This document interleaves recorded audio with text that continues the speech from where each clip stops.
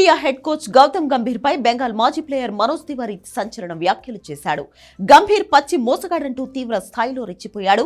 Border Gavaskar ట్రోఫీలో భారత్ 1-3తో ఓటమి తర్వాత పలువురు మాజీ క్రికెటర్లు గంభీర్ కోచింగ్ పై విమర్శలు గుప్పిస్తున్నారు. ఈ నేపథ్యంలోనే మనోజ్ తివారీ కూడా స్పందించాడు. గంభీర్ చెప్పిన వాటినే పాటించడని విమర్శించాడు. ఐపీఎల్లో కలిసి పనిచేసిన bowling coach Morne Morkel, assistant coach Abhishek నాయర్లకు ఏరికోరి తన టీంలోకి తీసుకువచ్చాడని, వారేం చేశారని తివారీ ప్రశ్నించాడు. జట్టు కోసం ఎవరూ బాగా ఆడినా క్రెడిట్ మాత్రం తనకే దక్కాలన్నది గంభీర్ లక్ష్యమని ఫైర్ అయ్యాడు. గతంలో కోల్కతా నైట్ రైడర్స్ విజయాల కోసం తాను, కల్లేస్, నరైన్ లాంటి ఆటగాళ్లు ఎంతో కష్టపడితే క్రెడిట్ మాత్రం గంభీర్ తీసుకున్నాడని మండిపడ్డాడు. గంభీర్ ఒక్కడే కోల్కతా టీంను టైటిల్ వరకు నడిపించలేదన్నాడు. దాని వెనుక అందరి కృషి ఉందని మనోజ్ తివారీ చెప్పాడు. కానీ గంభీర్ ఎప్పుడూ వాటి గురించి మాట్లాడని, అతను మోసగాడంటూ విమర్శలు గుప్పించాడు. ఇదిలా ఉంటే కోచ్ గంభీర్, కెప్టెన్ రోహిత్ శర్మల మధ్య సమన్వయం సరిగ్గా లేకపోవడం వల్లనే భారత్ ఓడిపోయిందని తివారీ అభిప్రాయపడ్డాడు.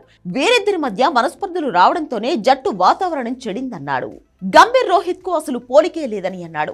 ప్రపంచ కప్ గెలిచింది కెప్టెన్ రోహిత్ అయితే గంభీర్ విజయం కేవలం ఐపీఎల్ టైటిల్ గెలవడానికి మాత్రమే పరిమితమయ్యాడని వ్యాఖ్యానించాడు.